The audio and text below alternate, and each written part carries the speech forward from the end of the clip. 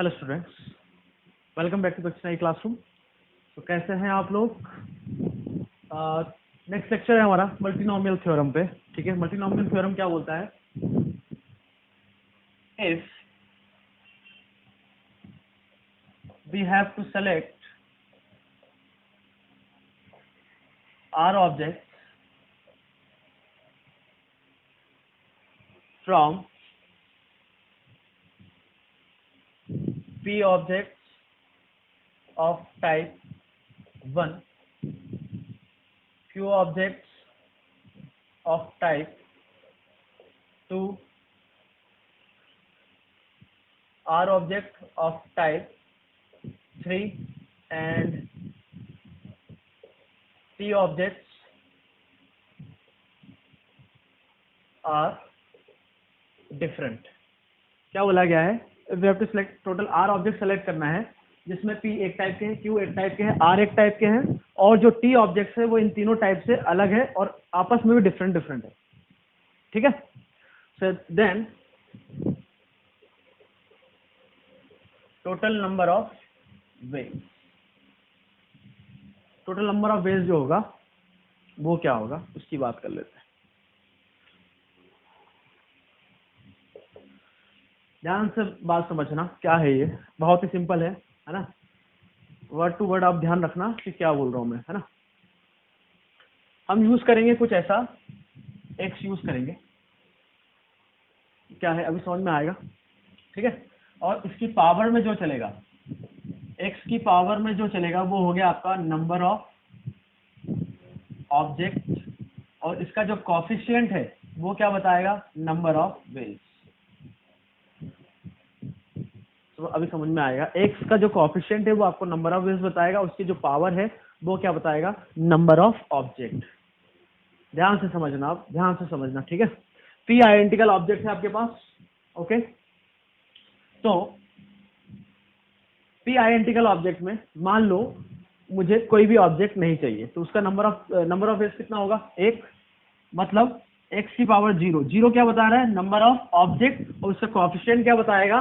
Number of veg. तो इसका coefficient कितना है? 1, और पावर जो है वो क्या बताएगा? Number of object. आगे बात समझ में? मान लो P ऑब्जेक्ट में से, आइडेंटिकल ऑब्जेक्ट है, उसमें से मुझे एक ऑब्जेक्ट चाहिए, तो उसका नंबर ऑफ वेज भी कितना होगा? एक ही होगा। तो एक ऑब्जेक्ट लेने का तरीका भी एक। आगे बात समझ में? दो ऑब्जेक्ट चाहिए तो उसका नंबर ऑफ वेज भी कितना होगा? एक।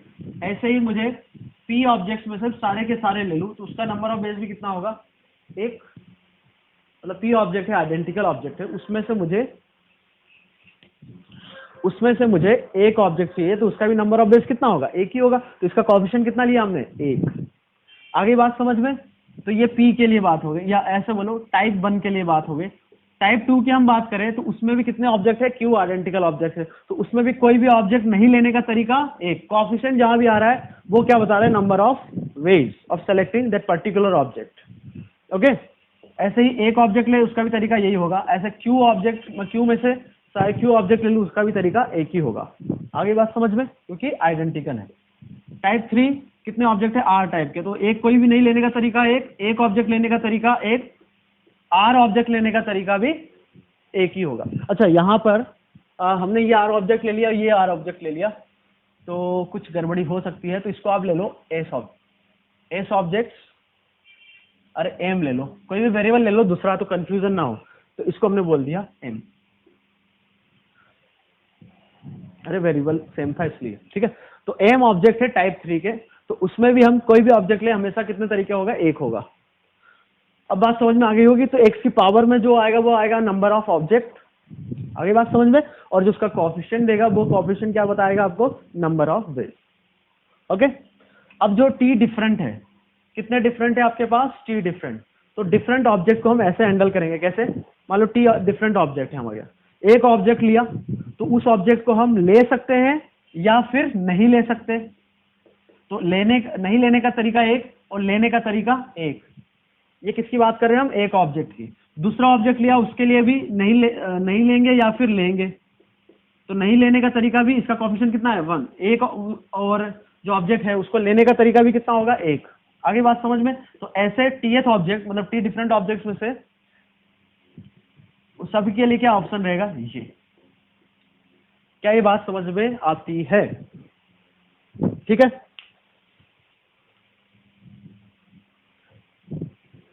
ओके।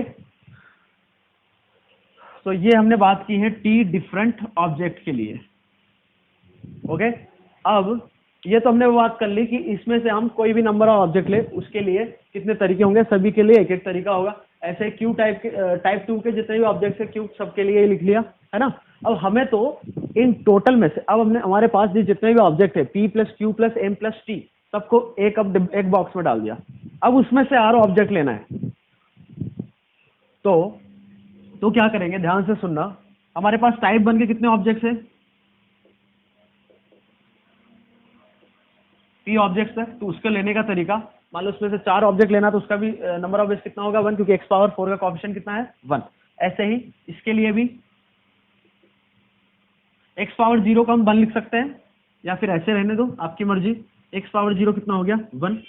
इधर भी 1 प्लस x से लेके कहां तक जाएगा, x पावर q तक। ये कहां तक जाएगा, 1 प्लस x से लेके x पावर m तक।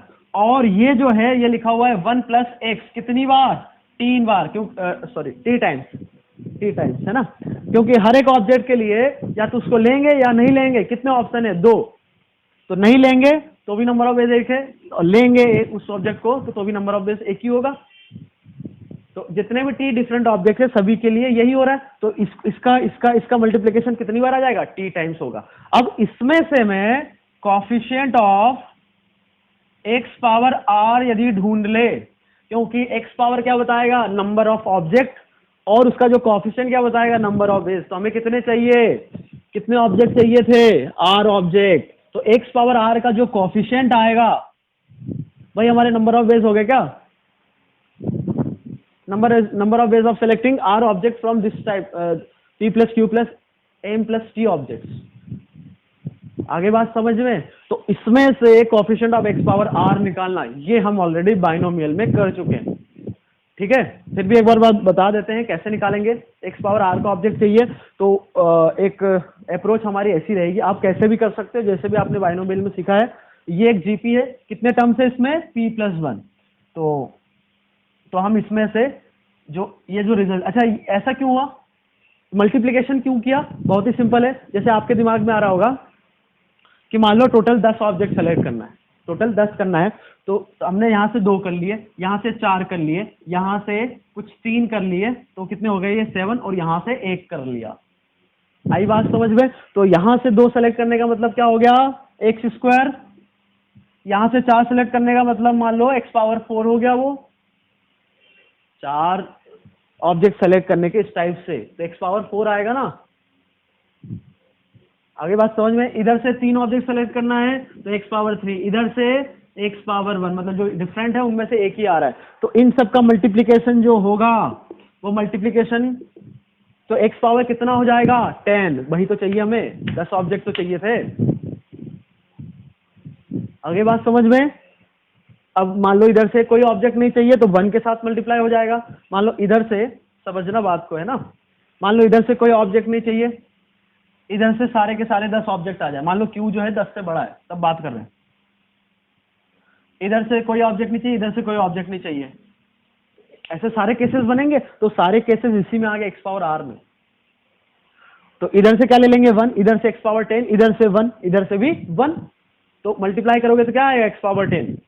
तो x power 10, x power 10, x power 10, इनके मल्टीप्लिकेशन में जितनी बार आएगा सबको ऐड कर देंगे, तो उसका जो कॉफिशिएंट बनेगा वही आपका नंबर ऑफ बेस हो जाएगा, selecting r objects from p plus q plus m plus t objects. आगे बात समझ में? ठीक है, क्योंकि अच्छा ऐसे केस तो नहीं बनाओगे, क्योंकि हमें जैसे आर ऑब्जेक्ट चाहिए तो कुछ बोलेंगे कि इधर से 1 ले ले, इधर से 2, तो भाई ऐसे तो बहुत सारे केसेस बनेंगे। आगे बात समझ में? तो आप इनके प्रोडक्ट में से एक्स पावर आर का कॉफिशिएंट ढूंढ लो, वही आपका नंबर ऑफ बेस हो जाएंगे, ठीक है।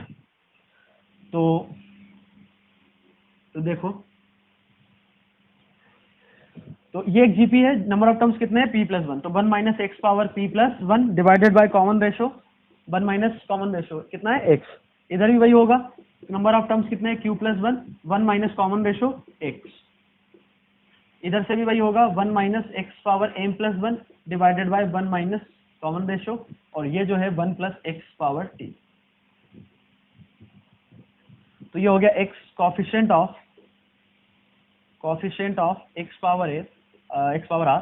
तो ये हो गया 1 minus x power p plus 1, 1 minus x power q plus 1, 1 minus x power m plus 1, ठीक है। और ये क्या है 1 प्लस एक्स पावर टी। तो ये तो बाइनोमियल एक्सपेंशन है सिंपल।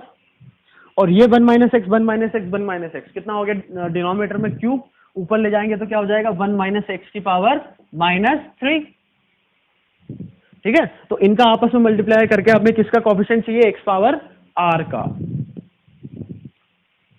ठीक है। तो ये आपका थ्योरी पार्ट कंप्लीट हो गया है ना, समझ में आया। यहां तक तो किसी को कोई दिक्कत नहीं होनी चाहिए। अब इसके बाद मल्टीप्लिकेशन क्यों किया है वो भी मैंने अच्छे से एक्सप्लेन कर दिया, एक बार फिर से देख लो कि टाइप 1, टाइप 2, टाइप 3 और सारे ऑल रेस्ट डिफरेंट। यदि ऐसा चाहिए तो कुछ लोग बोलेंगे इधर से एक ले लिया, जैसे मान लो मुझे 10 ऑब्जेक्ट चाहिए, इधर से एक ले लिया, इधर से 2 ले लिए, इधर से 3, कितने हो गए, इधर से 4 लेना है, ठीक है। तो इधर से एक्स पावर 1 का कोएफिशिएंट, इधर से एक्स पावर 2 का कोएफिशिएंट, इधर से एक्स पावर 3 का, इधर से एक्स पावर 4 का कोएफिशिएंट। तो मल्टीप्लाई करोगे तो एक्स पावर कितनी बनेगी 10, ठीक है। उसका जो कोएफिशिएंट आएगा वो नंबर ऑफ बेस हो जाएगा। तो ऐसे जितने भी पॉसिबल केस है, तुम सोचोगे कि इधर 4 हो जाए, इधर 2 हो जाए, इधर 1 हो जाए, इधर 3 हो जाए, वही वो तो इसी में आ जाएगा, क्योंकि एक्स पावर 10 लेना है हमें। आगे होगी बात समझ में, ठीक है। तो जो टोटल नंबर ऑफ बेस जो हो गए वो हो गए is equal to coefficient of x power r in expansion 1। मतलब इसको हमने, ये जो हमने किया है, या coefficient of x power r in equation number 1, इसको हमने बोल दिया इक्वेशन नंबर 1। अब इसमें से कैसे कोएफिशिएंट निकालते हो, यहाँ पीएनसी नहीं लगेगा, यहाँ बाइनोमियल लग रहा है। यदि आपका बाइनोमियल गड़बड़ है तो फिर वही यहाँ दिक्कत आएगी। पीएनसी आपका यहाँ खत्म हो गया कि ये जो लिखा हुआ है इक्वेशन, ये जो इक्वेशन नहीं बोलेंगे, ये जो एक्सप्रेशन है ये 1, इसमें से आप एक्स पावर आर का कोएफिशिएंट ढूंढ लो, काम हो जाएगा। एक्स पावर आर का कोएफिशिएंट क्यों आया है वो हम एक्सप्लेन कर चुके हैं, ठीक है। तो इसके बाद जो फंडा बच जाए, यहां तक यदि समझ में आ गया तो बाइनोमियल आपका पीएनसी आप समझ चुके हो।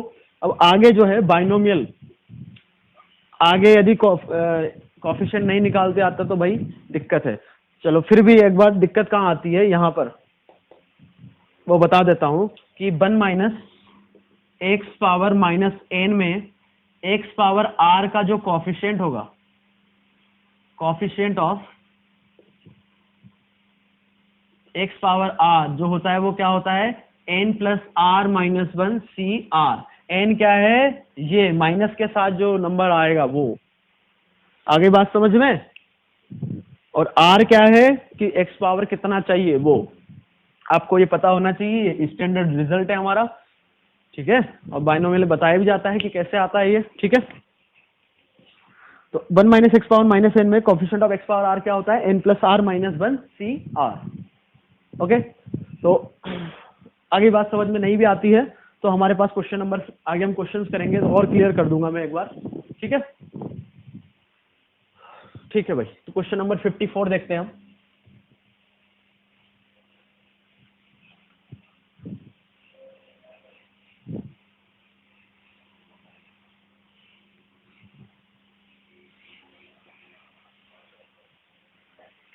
क्वेश्चन नंबर 54 है, वो क्या बोलना चाह रहा है आपसे, in how many ways we can select 3 balls out of 2 white ball, 3 green ball, 4 red ball. और यहाँ पे ब्रैकेट में लिख लो कि सेम कलर की जो बॉल है वो सारी आइडेंटिकल है, मतलब जो व्हाइट बॉल है वो सारी आइडेंटिकल है, ग्रीन है वो तीनों ग्रीन आइडेंटिकल है, जो रेड बॉल है वो आइडेंटिकल है। कलर तो अलग अलग है, ये तो आपस में अलग अलग होगी ना, मतलब टाइप 1, टाइप 2, टाइप 3, ठीक है। तो आपके पास 2 व्हाइट बॉल है, 3 ग्रीन बॉल है और 4 रेड बॉल है। सेलेक्ट कितनी करना है आपको, 3 बॉल। बहुत ही सिंपल क्वेश्चन है। अब इसको ऐसे समझो, आप क्या सोचोगे कि हमें 3 बॉल चाहिए तो हम इधर से 1 ले ले, इधर से 2 ले ले, इधर से कुछ नहीं ले, ये होना चाहिए। इधर से या 1 ले ले, इधर से 1, इधर से, तो ऐसे तो बहुत सारे केसेस बना लो तो भी काम चल जाएगा आपका। आगे बात समझ में, ऐसा भी आप कर सकते हो, ठीक है। बट हम इसको मल्टीनोमियल की हेल्प से करेंगे, बहुत ही सिंपल क्वेश्चन हो जाएगा आपका, मल्टीनोमियल से करते हो तो, है ना। अब ऐसे समझो कि वाइड बॉल जो है, हम जो कितनी वाइड बॉल है आपके पास, 2, है ना। तो हम उसमें से कोई भी बॉल नहीं ले, उसका नहीं लेने का तरीका एक, कोएफिशिएंट क्या बताता है, नंबर ऑफ वेज, पावर क्या बताती है, नंबर ऑफ बॉल्स। अब बार बार नहीं बताया जाएगा, ठीक है। एक वाइड बॉल लेने का तरीका एक, 2 वाइड बॉल लेने का तरीका एक, क्योंकि आइडेंटिकल है। ग्रीन बॉल कोई नहीं लेने का तरीका एक लेने का तरीका एक, 2 बॉल लेने का तरीका ग्रीन में से 2, एक, तीनों के 3 ग्रीन ले ले उसका तरीका एक। रेड बॉल कुछ नहीं लेने का तरीका एक रेड बॉल लेने का तरीका एक, आइडेंटिकल है। 2 बॉल लेने का भी एक, और 3 बॉल लेने का भी एक, और 4 बॉल लेने का भी एक ही तरीका होगा। आगे बात समझ में,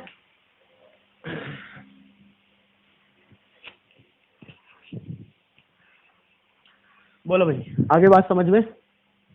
अब इसमें से हम क्या ढूंढेंगे, कोएफिशिएंट ऑफ, कितनी बॉल चाहिए आपको, 3 बॉल, तो आप कोएफिशिएंट ऑफ x⁻³ देख लो इसमें, तो आपका काम हो जाएगा।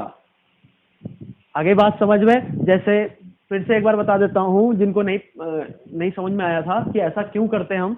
अब ऐसे देखो, मैंने क्या बोला था कि आप क्या करोगे, इसमें से 1 बॉल, इसमें से 2 बॉल, इसमें से कोई ना ले हम, तो मैं इधर से x⁻1 का मल्टीप्लीकेशन कर दूं, इधर x² का मल्टीप्लीकेशन, इधर से कुछ नहीं लेना है तो x⁻0 का, तो x पावर कितनी आ गई, 3। इधर से 1 लेना है, इधर से 1, इधर से 1, तो यहां मैं x⁻1 ले लूं, इधर x⁻1 ले लूं, क्योंकि 1 बॉल चाहिए, और इधर x⁻1 ले लूं, तो x कितना आ गया, x3। आगे बात समझ में। तो यहां भी जो आप केसेस बनाने की कोशिश कर रहे थे वो अपने आप यहां बन गए क्या, अभी भी नहीं समझ में आया, तो हम ऐसा कर सकते हैं, मान लो हमें तीनों बॉल यहां से कुछ नहीं चाहिए, यहां से 3 बॉल चाहिए, यहां से कुछ नहीं चाहिए, तो वो केस भी हो जाएगा कि यहां से हमने x⁻0 ले लिया, यहां से x³ ले लिया, यहां से x⁻0 ले लिया। अब x मल्टीप्लाई करोगे तो x की पावर का सम कितना होगा, वो भी 3 होगा। तो ऐसे अलग अलग केस ना बना के हम बोले कि इस एक्सप्रेशन से आप x⁻3 का कोएफिशिएंट ढूंढ लो, तो आपका वो काम हो जाएगा। आगे बात समझ में। तो देखिए कैसे आएगा। अब ये जो है जीपी है, इसका सम कितना है, 1 - x³ divided by 1 - x into ये 1 - x⁻4 डिवाइडेड बाय 1 - x, ये है 1 - x⁻5 डिवाइडेड बाय 1 - x, तो ये हो गया 1 - x³ 1 - x⁻4 1 - x⁻5, और 1 - x डिनोमिनेटर में कितने हैं, 3, तो पावर हो जाएगी -3। हमें किसका कोएफिशिएंट चाहिए था, x⁻3 का, बाकी से हमें मतलब नहीं है, ठीक है। तो 1 - x⁻4 को अलग रखा, अब कोएफिशिएंट निकालना है। अब इसमें पीएनसी को 1 मिनट के लिए भूल जाने का मतलब मेरा ये है कि हमें अब सिर्फ कैलकुलेशन करना है। तो x⁻³ का कोएफिशिएंट इधर से, ये तो x⁻4 मिलेगा, x⁻5, तो यहाँ से आपको 1 लेना है, यहाँ से 1 मल्टीप्लाई होगा, बाकी मल्टीप्लाई हुआ तो x³ से ज्यादा हो जाएगा ना यार। आगे बात समझ में। इधर आप इसको मल्टीप्लाई कर दो, तो इधर क्या आ गया, चलो इसको एक बार ऐसे लिख लेते हैं हम, मतलब ये लिखा हुआ है 1 - x⁻4 1 - x⁻5, और ये इसके साथ मल्टीप्लाई हुआ तो क्या हुआ, 1 - x⁻−3,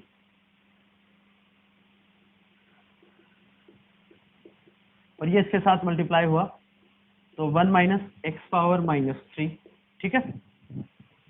आगे बात समझ में। अब हमें x³ का कोएफिशिएंट चाहिए, तो यहां से तो नहीं मिलेगा, यहां से नहीं, अरे यहां से नहीं मिलने का मतलब मेरा ये है कि और कोई नहीं मिलेगा, आपको यहाँ पर 1 लेना पड़ेगा, और इधर भी क्या लेना पड़ेगा, 1, ठीक है। और इधर फिर बात आती है 1 - x⁻−3, तो x⁻3 का कोएफिशिएंट क्या है, अभी फॉर्मूला बताया था 1 - x⁻−n में, क्या बताया था कि x⁻r का जो कोएफिशिएंट होगा वो होगा n + r - 1 CR। तो n कितना है, -n होता है ना, तो n कितना है, 3 + r कितना चाहिए हमें, किसका कोएफिशिएंट चाहिए, 3 का, तो 3 - 1 CR, r कितना था, 3, माइनस, यहाँ x⁻3 आ गया है, यहाँ x⁻3 आ गया, तो यहाँ से किसका कोएफिशिएंट चाहिए, x⁻0 का, क्योंकि x⁻3 × x⁻0 x⁻3 हो जाएगा, तो x³ का कोएफिशिएंट कितना है, 1, और यहाँ से x⁻0 का कोएफिशिएंट क्या हो जाएगा, n + r minus one C r, r कितना है 0, क्योंकि एक्स पावर 0 का कोफिशिएंट चाहिए। आगे बात समझ में, तो ये पूरा आ गया 1 इंटू 1, और ये तो ये हो गया आपका 5c4 माइनस ये भी 1 हो गया, क्योंकि 2c0 1 होता है, 1 इंटू 1 1 माइनस 5c4 हो गया आपका 5c4 नहीं सॉरी 5c3, तो ये हो गया 10 माइनस 1 9। तो टोटल नंबर ऑफ वेज कितने आएंगे आपके 9। आगे बात समझ में।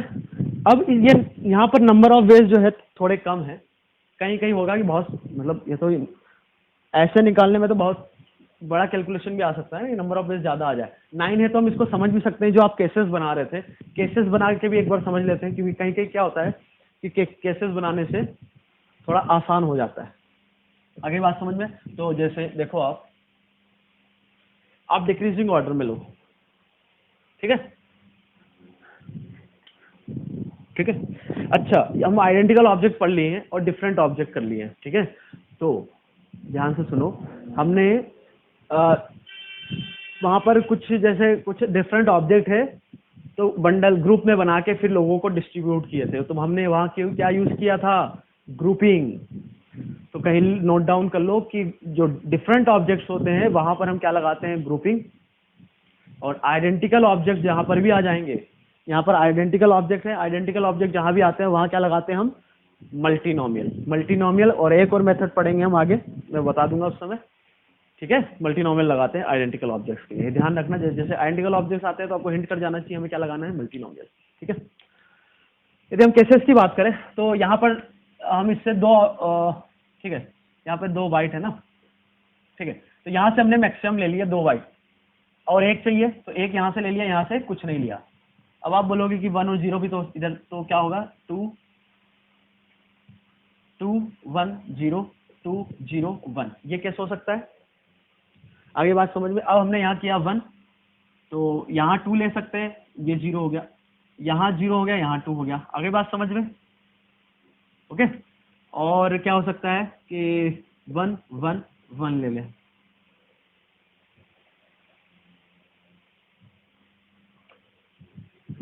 ठीक है।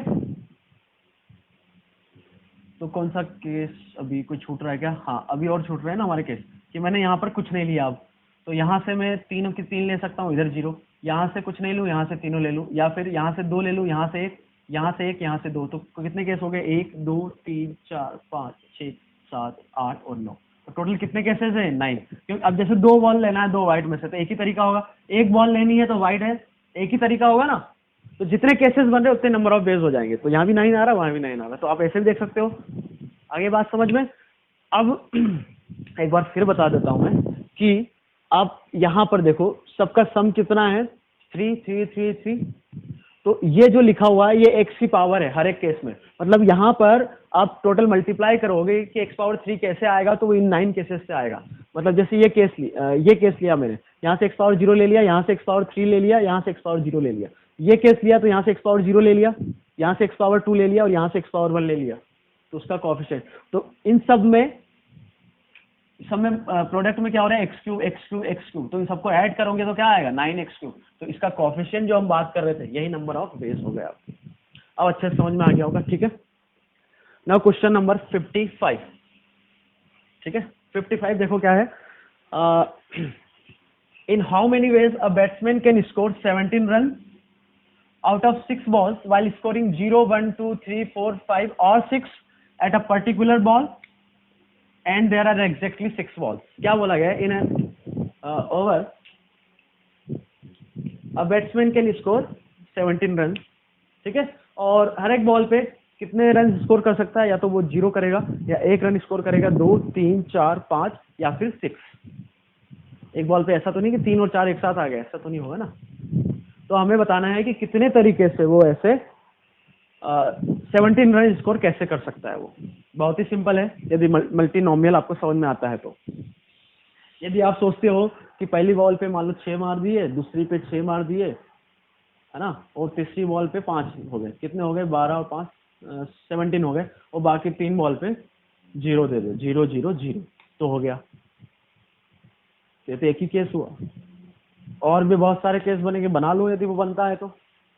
बनाने का तो बना ही सकते हो, बट टाइम लिमिट का भी ध्यान रखना है ना। तो फिर इसमें क्या अप्रोच रहेगी, समझो, ध्यान से समझना।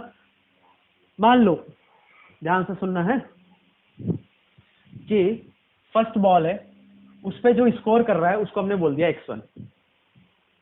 मान लो फर्स्ट बॉलर ने डाली, उस पर जो रन स्कोर कर रहा है उसको बोल दिया मान लो x1। ऐसे ही सेकेंड बॉल पे जो स्कोर कर रहा है उसको बोल दिया x2। थर्ड बॉल पे जो स्कोर कर रहा है उसको बोल दिया x3। ऐसे ही 5 और 6, मतलब 6 बॉल पे जो स्कोर कर रहा है उसको बोल दिया x6। तो इन 6 बॉल से जो स्कोर कर रहा है वो हमें कितना चाहिए, 17। तो यहाँ पर x1, x2, x3 वो सब क्या है, 0 से लेके 6 तक, where xi belongs to integer. मतलब i क्या है, 1 2 3 4 5 6, ठीक है।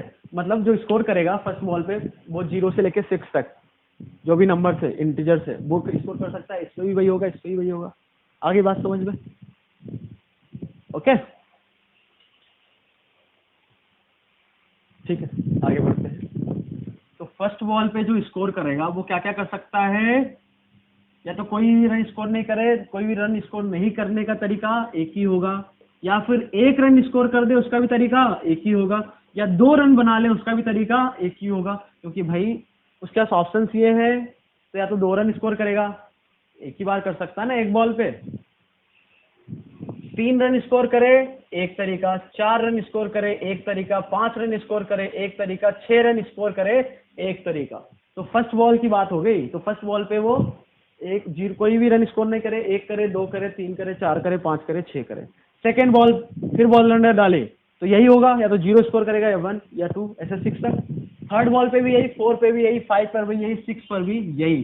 तो इन सब का मल्टीप्लीकेशन में आप क्या ढूंढ लो, कोएफिशिएंट ऑफ कितने रन स्कोर करवाना है, 17, क्योंकि यहाँ पर x की पावर क्या दे रही है, नंबर ऑफ रन। x की पावर में हमने क्या रखा है कि कितना रन स्कोर कर रहा है वो, तो उसका जो कोएफिशिएंट दे रहा है, कोएफिशिएंट जो आएगा वो बता देगा कि number of ways of scoring 17 run. Clear है।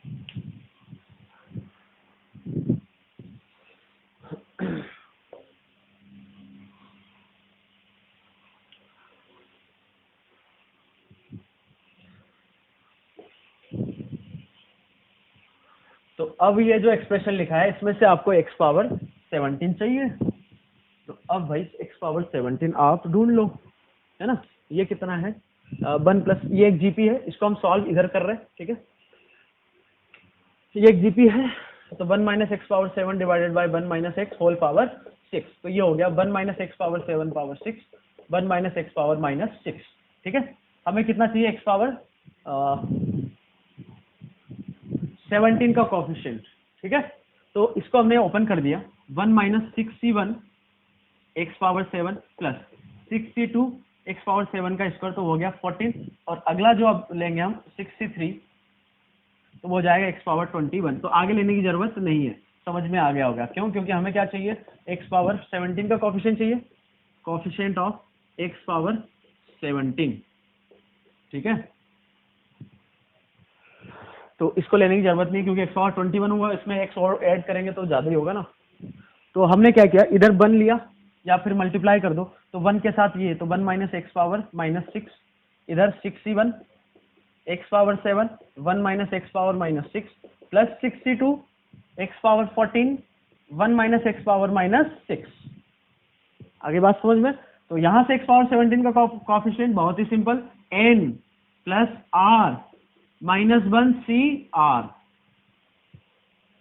माइनस 61 एक्स पावर 7 का कोएफिशिएंट, और एक्स पावर 7 ऑलरेडी आ गया, हमें और कितना चाहिए, एक्स पावर 10। तो यहां से एक्स पावर 10 का कोएफिशिएंट, क्योंकि x power 10 into x power 7, x power 17, तो यहां से एक्स पावर 10 का कोएफिशिएंट ढूंढना है, तो वो हो जाएगा n plus are minus 1 C r plus 62, यहाँ एक्स पावर 14 अवेलेबल है, और कितना चाहिए 17 के लिए, एक्स पावर 3, तो यहाँ से एक्स पावर 3 का coefficient n plus are minus 1 C r, क्योंकि एक्स पावर 3 का कोएफिशिएंट चाहिए तो आर की जगह 3 रखेंगे।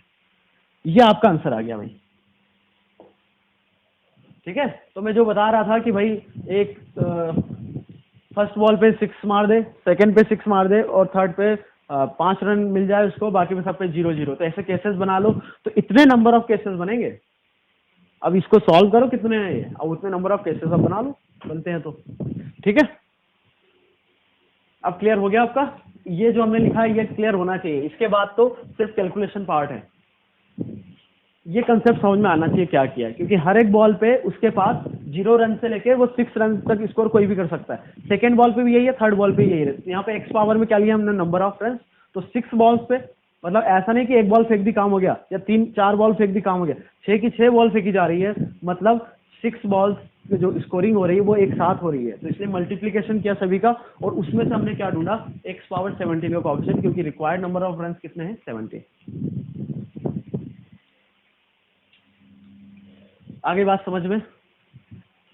इसलिए मल्टीनोमियल से बहुत बड़े बड़े प्रॉब्लम आपके आसान हो जाएंगे यदि ये फंडा समझ में आता है तो। ठीक है, now question number 56, in how many ways we can select 4 chocolate out of 3 chocolate of variety 1, 2 of variety 2, 5 of variety 3 एंड 3 different chocolate of different variety. ये भी इसी के टाइप का क्वेश्चन है। देखो question number 56, in how many ways we can select 4 chocolate out of 3 chocolate of variety 1, 2 of variety 2, 5 of variety 3 and 3 different। ये question करवाने का कारण ये है कि यहाँ पर डिफरेंट भी है, तो भी बात कर लेते हैं हम, है ना। यहाँ पर तीनों आइडेंटिकल थे, कोई अलग नहीं था। ठीक है, तो वेराइटी 1 के कितने आपके पास चॉकलेट है, 3। वेराइटी 2 के कितने आपके पास चॉकलेट है, 2। वेराइटी 3 के कितने आपके पास चॉकलेट है, 5। सही है, 4 चॉकलेट, 4 तो सेलेक्ट करनी है। 3 chocolate of variety 1, 2 of variety 2, 5 of variety 3 एंड 3 डिफरेंट। जो डिफरेंट है वो कितनी है आपके पास, 3। डिफरेंट का मतलब ये है कि तीनों वेराइटी के अलावा वेराइटी 4, वेराइटी 5 और वेराइटी 6 है, ऐसी 3 चॉकलेट है वो। ठीक है, हमें कितनी सेलेक्ट करना है, 4 चॉकलेट। तो फिर हो जाओ चालू। हम यहाँ से कोई भी चॉकलेट नहीं सेलेक्ट करें उसका एक तरीका, एक चॉकलेट सेलेक्ट करें उसका भी एक ही तरीका होगा, क्योंकि आइडेंटिकल चॉकलेट जो है वो सेम है, एक ही वेराइटी की है, तो कोई भी एक चॉकलेट लो, एक ही तरीका होगा। 2, 3, ठीक, इधर 2, तो जी कोई भी नहीं ले, एक ले ले या फिर 2 ले ले, इधर कोई ना ले, एक ले ले, और ऐसे कहाँ तक, 5 की 5 ले ले। और इधर जो है 3 डिफरेंट है, उसको आप ऐसे समझो कि जो 3 डिफरेंट है वो एक वेराइटी 4, वेराइटी 5 और वेराइटी 6, ऐसे समझो इसको। तो वेराइटी 4 की जो चॉकलेट, मतलब वेराइटी 4 की जो चॉकलेट है वो एक ही है, तो उसको हम लेंगे या नहीं लेंगे। तो नहीं लेने का तरीका भी एक और लेने का तरीका भी एक, मतलब इसका जो कोएफिशिएंट है वो एक है। ठीक है, वेराइटी 5 की हम बात करें तो उसको भी लेंगे या फिर नहीं लेंगे, वेराइटी 5 भी नहीं लेंगे या फिर लेंगे। तो ये कितनी बार लिखा जाएगा, 3 बार। अब हमें कितनी चॉकलेट चाहिए भाई, 4 चॉकलेट चाहिए। तो इसमें से हम क्या ढूंढ ले, coefficient of x power 4, coefficient of x power 4 अब ढूंढ लो इसमें से, क्योंकि हमें कितनी चॉकलेट चाहिए, 4। तो कोएफिशिएंट x पावर 4 ढूंढेंगे तो वो डिफरेंट में से आना, तो वहां से भी आ जाएगा, यहाँ से आना है, कुछ अलग अलग पार्ट लेना है। तो वही तो हमारा फंडा था मल्टीनोमियल का। ठीक है, अब आपका कैलकुलेशन पार्ट बच गया। ठीक है, तो कैलकुलेशन कर लेते हैं। देखो ये एक जीपी है, 1 minus x power 4 divided by 1 minus x, इधर हो गया 1 minus x cube divided by 1 minus x, ये हो गया 1 minus x power 6 divided by 1 minus x. ठीक है, और ये हो गया, ये लिखा हुआ है 1 प्लस एक्स पावर 3। अब थोड़ा कैलकुलेशन पार्ट इसका लेंदी हो सकता है, ठीक है, बट और कोई ऑप्शन नहीं, वो तो करना ही पड़ेगा। ठीक है, तो ये हो गया 1 माइनस एक्स पावर 4 और 1 माइनस एक्स क्यूब, इसको मल्टीप्लाई किया तो ये हो गया 1 minus x power 4 minus x cube, है ना। हाँ, और प्रोडक्ट होगा तो एक्स पावर 7। ये लिखा हुआ है 1 माइनस एक्स पावर 6, और ये लिखा है 1 प्लस एक्स का क्यूब, तो ये हो गया 1 plus 3x square plus x cube, और 1 माइनस एक्स कितनी बार है नीचे, 3 बार, तो ऊपर जाके -3। ठीक, हमें क्या चाहिए, ध्यान रखना, कोएफिशिएंट ऑफ x पावर 4। ठीक है, तो x पावर 4 से जो भी आपको x के टर्म्स मिल रहे हैं उनको आप हटा सकते हो, क्योंकि हमें x पावर 4 से ही मतलब है। ठीक है, तो मैंने इसको हटा दिया यहाँ। तो अब ये इसके साथ मल्टीप्लाई हुआ। अच्छा x पावर 4 चाहिए तो यहाँ तो 1 ही लेंगे आप, यहाँ पर आपने 1 लिया और इसको चलो एक बार लिख लेते हैं 1 minus x power 4 minus x cube. यहाँ से x पावर 4 का कभी कोएफिशिएंट नहीं मिलेगा, मतलब आपको क्या लेना है यहाँ पर 1 के साथ मल्टीप्लाई करना है हमेशा, तो उसको 1 ही ले लिया हमने। इधर x पावर 7 है, इसको भी हटा दो क्योंकि इसकी भी जरूरत नहीं है, क्योंकि x पावर 7 से x पावर 0 से ज्यादा मल्टीप्लाई होगा तो वो ज्यादा ही आएगा। तो इधर बचा आपका 1 plus 3x square plus x cube, और इधर चल रहा है 1 minus x power minus 3। Okay, अब इसको मल्टीप्लाई करो इसके साथ, तो ये हो गया 1 plus 3x square plus x cube.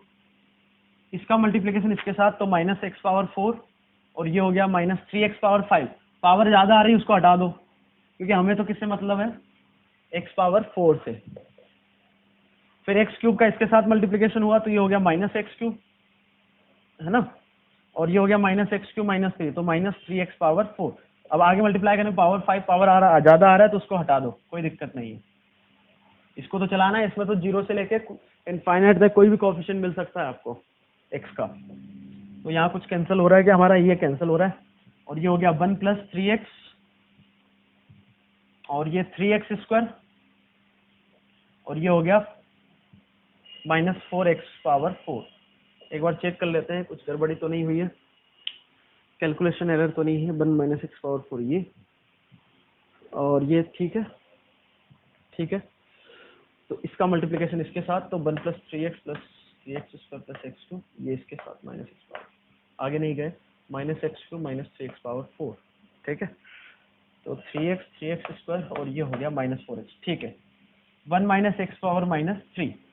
अब 1 इसके साथ मल्टीप्लाई हो तो यहाँ 1 है, इसका इसके साथ मल्टीप्लिकेशन होगा जैसे यहाँ किया हमने, ये ऐसे कर लो, या फिर यहीं से हम समझ सकते हैं। यहाँ पर x पावर 0 है तो हमें कितना चाहिए, x पावर 4, तो x पावर 4 यहाँ से ढूंढ लें।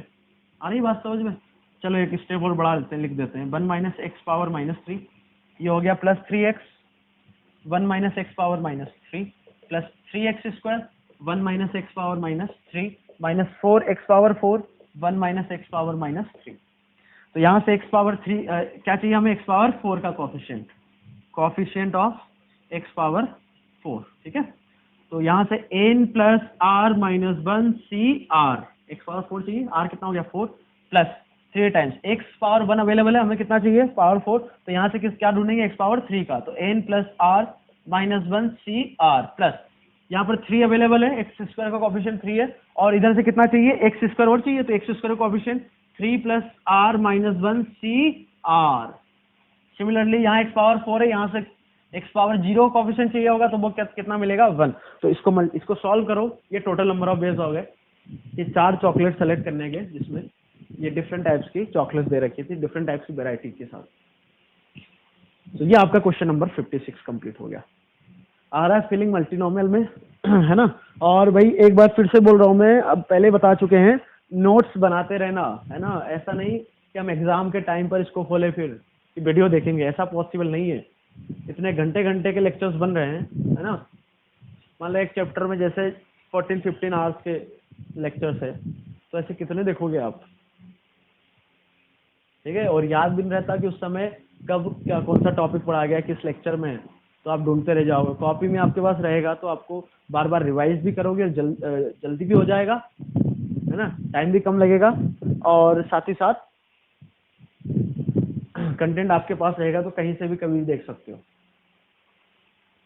ओके, तो नोट्स बनाना तो बहुत जरूरी है। बहुत सारे लोग तो बना ही रहे होंगे, पर जो नहीं बना रहे भाई ध्यान रखो, क्योंकि यदि नहीं बनाओगे ना तो अभी समझ में नहीं आएगा, बाद में बिल्कुल समझ में आएगा, है ना। बहुत दिक्कतें होती है फिर। ओके, तो मल्टीनोमियल से और हम क्वेश्चन करते हैं। सुनाओ क्वेश्चन नंबर 57। ओके, 57 क्या बोल रहा है, in how many veg a student can score exactly 60 marks in 3 papers of 60 marks each. तो आपके पास 3 पेपर है, paper 1, paper 2 and paper 3। Maximum marks कितने पेपर के, 60 60 60। ओके, ये फर्स्ट पार्ट है। सेकेंड पार्ट में उसने और ये बोला है दोनों क्वेश्चन के लिए assume that marks only in whole numbers. दो दो पार्ट है 57 में, और दोनों में कंसिडर करना है कि जो मार्क्स आएंगे वो होल नंबर में आएंगे, मतलब 1 आ जाए, 2 आ जाए, 3 आ जाए, या 60 के 60 आ जाए। 0 भी आ सकता है क्या? 0 पॉसिबल है क्या? बिल्कुल पॉसिबल है, विनोद से पूछ लेना, है ना। तो आपके पास 3 पेपर्स हैं, मार्क्स कितने हैं? 60 60 60। ओके, अब 60 मार्क्स कैसे आ सकते हैं भाई? वही बात आ गई फिर कि एक पेपर से 30 आया, दूसरे से 30 आया, तीसरे से कुछ नहीं आया, ये भी हो सकता है। या फिर 20 20 20 आ जाए। तो ऐसे कितने केसेस बनेंगे? या तो वो बना लो आप, या फिर मल्टीनोमियल लगा लो। ठीक है, तो पेपर 1 में 0 मार्क्स आ जाए, या 1 मार्क्स आ जाए, या 2 आ जाए, सबके नंबर ऑफ बेस कितने होंगे? 1। तो ऐसे कैसे कितने आ जाए? 60 मार्क्स आ जाए। पेपर 2 में भी यही होगा, 0 आ जाए, या 1 आ जाए, 2 आ जाए, 60 मार्क्स आ जाए। पेपर 3 में भी ये होगा। तो इसका मल्टीप्लिकेशन कितनी बार करेंगे? 3 बार। और इसमें आप क्या ढूंढेंगे हम? कॉफिशिएंट ऑफ कितना चाहिए हमें? x पावर 60 चाहिए क्या? मतलब कितने मार्क्स चाहिए? 60। तो x पावर 60 का हम कॉफिशिएंट ढूंढ ले, क्योंकि x पावर यहाँ पर क्या है? मार्क्स है आपके। तो कितने मार्क्स चाहिए? 60। तो इसका कॉफिशिएंट ढूंढ ले x पावर 60 का, तो हमारा काम हो जाएगा। अब आगे आपका कैलकुलेशन बच जाता है।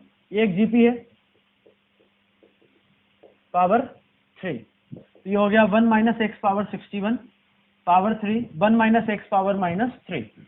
तो x पावर 60 चाहिए, तो यहाँ से तो आपको 1 लेना पड़ेगा, और इधर से x पावर 60 का कॉफिशिएंट क्या हो जाएगा? n plus are minus 1 C r. तो ये हो गया आपका 62 सी 60। तो ये हो गया 62 इंटू 61 डिवाइडेड बाय 2। तो ये हो गया 31 इंटू 61।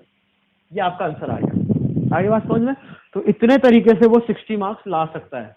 अब इतने केस तो नहीं बनाओगे, ऑब्वियसली इतने केसेस तो नहीं बनाएंगे, तो अब मल्टीनोमियल ही लगाना पड़ेगा आपको। यदि कोई जिद्दी बंदा है जिसको लगाना ही, इसको इतने केसेस बनाना है, तो भाई बना सकता है, कोई दिक्कत नहीं है ना। ये फर्स्ट पार्ट हो गया आपका। सेकेंड पार्ट देखो, सेकेंड पार्ट में क्या बोला है उसने? इन how many ways you can score 60 marks in 3 papers of 60 marks each if a minimum of 7 8 and 9 marks are required in respective subjects। यहाँ भी होल नंबर्स में मार्क्स आएंगे, ऐसा नहीं कि 2.5 3.5 ऐसा ले लिया, ऐसा नहीं होगा। आगे बात समझ में? तो सेकेंड पार्ट हमने यहाँ किया। ठीक है, अब वो बोल रहा है कि पेपर 1 पेपर 2 पेपर 3 3 पेपर है आपके पास, है ना। तो एक में रिस्पेक्टिव सब्जेक्ट बोला, मतलब कि कोई एक पर्टिकुलर पेपर होगा जिसमें कम से कम 7 चाहिए उसको, और दूसरे में कम से कम 8 चाहिए। तो मान लो पेपर 1 में कम से कम 7 चाहिए, इसमें कम से कम 8, और इसमें कम से कम 9 मार्क्स होने चाहिए उसके। तो कितने नंबर ऑफ वेज से ऐसे हो सकता है? बहुत ही सिंपल है। इधर से मिनिमम कितने ला सकता है? 7, या फिर 8 ला सकता है, या फिर 9। ऐसा कहाँ तक जा सकता है? ये 60 तक। आई बात समझ में? पेपर 2 से मिनिमम कितने चाहिए? 8, फिर 9, ऐसे कहाँ तक? 60 तक। देन पेपर 3 में भी ऐसे ही होगा, कितने मिनिमम मार्क्स चाहिए? 9 मार्क्स। तो 9 10 ऐसे कहाँ तक? 60 तक। ये बात समझ में आती है, क्योंकि उसने क्या बोला है कि मिनिमम मार्क्स कितने चाहिए? इससे 7, इससे 8 और इससे 9। तो हमने क्या कहाँ से स्टार्ट कर दिया कि कम से कम 7 मार्क्स आ रहे हैं, तो उससे जितने भी कम मार्क्स आ रहे हैं उसको हमने हटा दिया। अब इसमें क्या ढूंढ ले हम? कॉफिशिएंट ऑफ एक्स पावर 60, क्योंकि हमें कितने मार्क्स चाहिए? 60 मार्क्स चाहिए। तो अब यहाँ से देखो, यहाँ से x पावर 7 कॉमन आ रहा है, यहाँ से x पावर 8, यहाँ से x पावर 9 कॉमन ले लिया, तो यहाँ क्या बचा? x power 7, x power 8, x power 9, और यहाँ बचता है 1 से लेके 7 कॉमन ले लिया, तो कहाँ तक बचेगा? 53 तक। इधर 1 से लेके कहाँ तक बचेगा? 8 कॉमन ले लिया तो 52 तक। इधर क्या बचेगा? 9 कॉमन ले लिया तो 51 तक। आगे बात समझ में? ऐसे इसको समझ सकते हो। तो ये कितना हो गया? x पावर 15 और 9 24, और ये हो गया 1 minus x power 54 GP 1 minus x नीचे आएगा, 1 माइनस एक्स पावर 53 जीपी का सम 1 माइनस एक्स पावर 52, और नीचे 1 माइनस एक्स कितनी बार आएगा? 3 बार। तो पावर -3 हो गया। आगे बात समझ में? इसको ऐसे समझ सकते हो, या फिर ऐसे समझो कि कम से कम 7 मार्क्स आ रहे हैं, तो यहाँ से हम क्या ले सकते हैं? मतलब ये जो स्टेप किया है आप डायरेक्ट यहाँ भी कर सकते हो कि इधर हम 7 मार्क्स तो आ ही रहे, फिर 8 से लेके 60 तक कितने ऑप्शन है उसके पास? 54 ऑप्शन। मतलब ऐसे भी लिख सकते हो डायरेक्ट ये स्टेप, समझ में आता है तो ठीक है। तो हमें क्या चाहिए था, एक्स पावर 60, एक्स पावर 24 बाहर है, और कितना चाहिए 60 माइनस 24 36, तो और एक्स पावर 36 चाहिए बाकी बचे हुए इसमें से। तो इसमें से एक्स पावर 36 नहीं आएगा, तो इधर से क्या लेना पड़ेगा 1, इधर से एक्स पावर 24 का कोएफिशिएंट कितना है 1, इधर से भी 1 लेना पड़ेगा, इधर से भी 1 लेना पड़ेगा। आ रही है बात समझ में, क्योंकि एक्स पावर 24 तो आ ही गया, उसका कोएफिशिएंट 1, इधर से 1 होगा, इधर से 1 आएगा, इधर से 1 आएगा, है ना। और बचे हुए में से एक्स पावर 36 ले ले, तो इधर एक्स पावर 36 एक्स पावर 24 क्या हो जाएगा एक्स पावर 60। तो एक्स पावर 36 का कोएफिशिएंट हो जाएगा n plus are minus 1 C r. तो ये वैल्यू हो गई आपकी 38C36, या फिर इसको लिखना चाहो तो ऐसे भी लिख सकते हो 38C2, एक ही बात है। आई बात समझ में। अब हम बढ़ते हैं नेक्स्ट क्वेश्चन पे, दैट इज क्वेश्चन नंबर 58। 58 में क्या बोला है समझो। In how many ways we can select 12 coins from 4 purses containing 5, 6, 7 and 9 coins respectively, and from each purse at least 1 coin and at most 4 coins is to be selected। क्या बोला गया कि आपके पास 4 पर्स है, उन 4 पर्स में एक में 5 कॉइन है, एक में 6 कॉइन है, एक में 7 और एक में 9 कॉइन, ठीक है। तो पर्स 1, पर्स 2, पर्स 3, पर्स 4, एक में 5 है, एक में 6, 7 और 9 है, ठीक है। तो हमें कितने सेलेक्ट करना है, तो मिनिमम 1 कॉइन और मैक्सिमम 4 कॉइन आ सकते हैं किसी भी पर्स से। At least 1 coin at most 4 coins to be selected from each, हाँ लिखा तो है यहाँ पे, from each purse at least 1 coin and at most 4 coins to be selected. आगे बात, तो ये क्या बोलना चाह रहा है कि 4 पर्स उसमें ये नंबर ऑफ कॉइन्स दे रखे हैं, रिस्पेक्टिवली बोलने का मतलब किसी पर्टिकुलर पर्स में इतने हैं ऐसे, ठीक है। और उसने बोला है कि कम से कम 1 कॉइन आना चाहिए किसी भी पर्स से, और ज्यादा से ज्यादा कितने आ सकते हैं 4 कॉइन आ सकते हैं, ये बोला है। तो किसी भी पर्स से, एक पर्स नंबर 1 से हम कितने कॉइन ले सकते हैं, या तो 1 ले सकते हैं, या फिर 2 ले सकते हैं, या फिर 3 ले सकते हैं, या फिर 4 के 4 ले, मतलब टोटल तो 5 है। अच्छा, और यहाँ पर एक चीज ये ध्यान रखना कि उसने बोला है कि आपको 12 कॉइन लेना है, तो कॉइन की वैल्यू क्या है, मतलब 58 है, 54 है, समझते हो नहीं समझते। 1 रुपए का है, 2 रुपए का, 10 रुपीज का कॉइन है, वो कितने का भी कॉइन है उससे मतलब नहीं है, उसकी वैल्यू से मतलब नहीं है। यहाँ तो नंबर ऑफ कॉइन की बात चल रही है, मतलब जैसे इसके पास 5 कॉइन पड़े हैं, तो वो किसी भी वैल्यू के, हमें उससे मतलब नहीं है, हमें तो नंबर ऑफ कॉइन्स 12 चाहिए बस। मतलब यहाँ पे जो कॉइन की वैल्यू होगी उसको हम इग्नोर कर रहे हैं। आगे बात समझ में। अच्छा, मान लो यहाँ पर 3 कॉइन होते तो ये कहाँ तक जाता, 3 तक जाता। अब 4 कॉइन होता तो यहाँ तक, 5 6 कॉइन भी होते तब भी ये लेते, 7 कॉइन होते तब भी ये लेते, क्योंकि इसने ये कंडीशन दे रखी है कि एटलीस्ट 1 कॉइन और मैक्सिमम 4 कॉइन लेना है आपको। आई बात समझ में। तो यहाँ पर अब मैं 100 कॉइन भी कर दूं तब भी यही आएगा। सेकेंड पर्स से क्या होगा, यहाँ से भी मिनिमम 1 कॉइन मैक्सिमम 4 कॉइन, तो टोटल तो 6 है, तो कोई दिक्कत नहीं है। ऐसे थर्ड पर्स 3 से भी यही होगा, पर्स 4 से भी यही होगा। तो ये कितनी बार लिखा जाएगा, 4 बार। अब इसमें हम क्या ढूंढ ले, कोएफिशिएंट ऑफ टोटल कितने कॉइन चाहिए 12, तो टोटल 12 कॉइन चाहिए आपको, तो कोएफिशिएंट ऑफ एक्स पावर 12 ढूंढ लो, इसमें से आपका आंसर आ गया। तो यहां से देखो x कॉमन लिया सबसे पहले, तो x पावर 4, अंदर क्या बचा 1 + x + x² + x³ power 4, okay. ये x पावर 4, इधर से 1 - x पावर 4, और इधर हो गया 1 - x पावर -4। एक मिनट, यहाँ ऐसा नहीं होगा, यहाँ से x कॉमन लिया तो ये बचा, और इधर जीपी लगाई तो पावर 4 भी आएगा ना, मतलब होल पावर 4 होगा, हाँ ऐसा आएगा।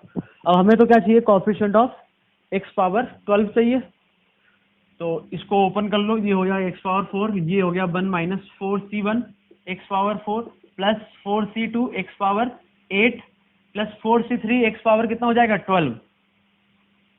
बट यहाँ तो x पावर 4 ऑलरेडी आ रहा है, तो उससे कोई मतलब नहीं है। 1 - x पावर -4, x पावर 4 आ रहा है। अब बाकी में हमने क्या ढूंढना है, x पावर 4 तो आ गया, x पावर 8 ढूंढना है, तो इसलिए हमने यहाँ x पावर 8 तक ही लिया, ठीक है।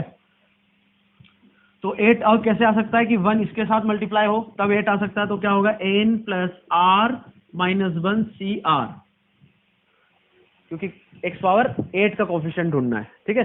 -4c1, यहाँ x पावर 4 है और x पावर 4 चाहिए, तो n plus r minus 1 cr, यहाँ 4c2 है इनटू यहाँ x पावर 8 है, यहाँ से क्या चाहिए, x पावर 0 का कोफिशिएंट वो क्या आएगा 1। तो ये आपका आ गया, यही आपका आंसर हो गया। आगे बात समझ में, यही आपका आंसर हो गया। Okay, now next question, question number 59।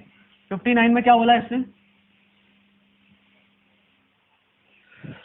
अच्छा भाई एक बार कैलकुलेशन एरर कहीं कहीं हो सकती है ना, तो यहाँ तो कुछ कैलकुलेशन एरर नहीं है।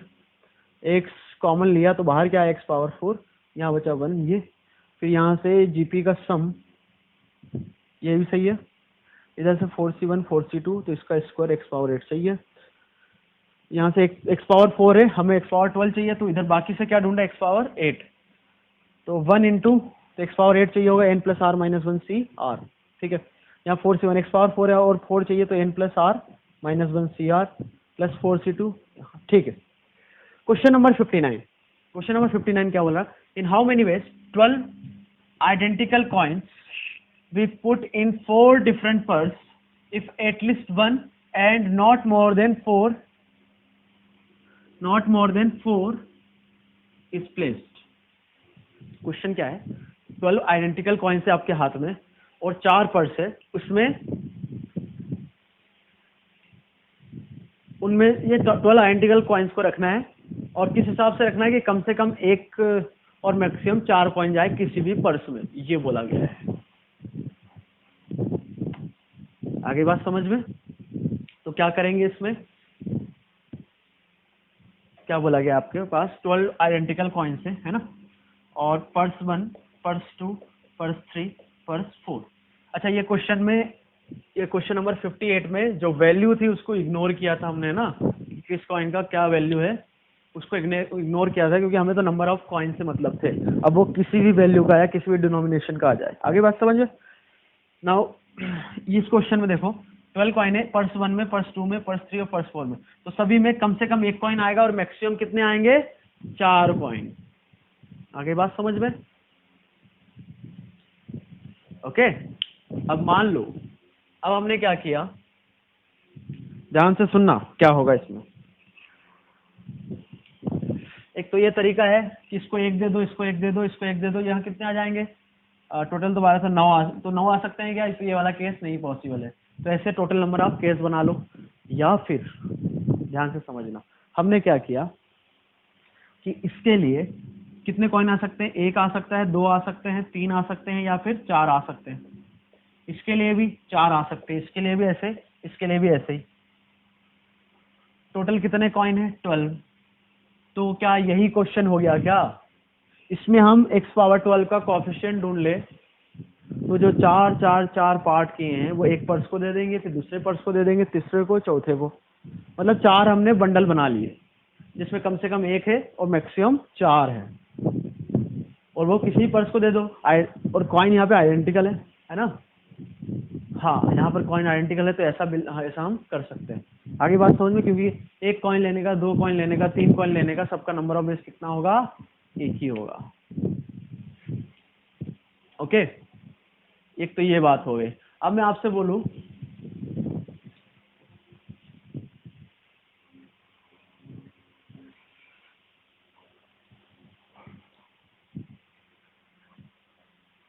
ठीक है इतना ही काफी है। ओके, तो ये क्वेश्चन नंबर आपका 50